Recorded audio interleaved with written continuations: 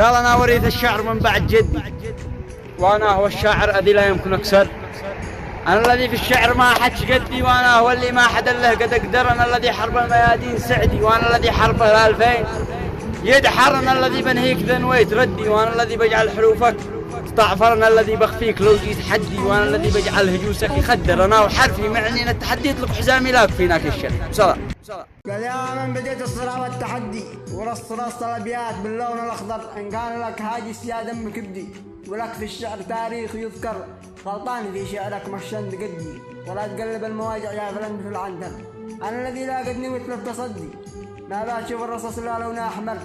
هدي علينا يا ابن نعجب وهدي، حربك خلاص خلى القوانين اشر. لو كان ورثت الشعر مثل ما قال جدي، انك اسطوره بالجو والبحر والبر. انا الابيات والقافيه والتحدي، والحروف حقي في المجارة حرفي يتصدر. الرد جاك يا حيد ما كان ودي، انت الذي بدأت بالتكبر. لا عاد تهنجم ولا زيد التمدي، حرام لا اعطيك قافيه بعدها ما عاد تظهر. واحذر قبل كرر وزلزل بردي، هذا الاخيره وهذا الكلام المختصر.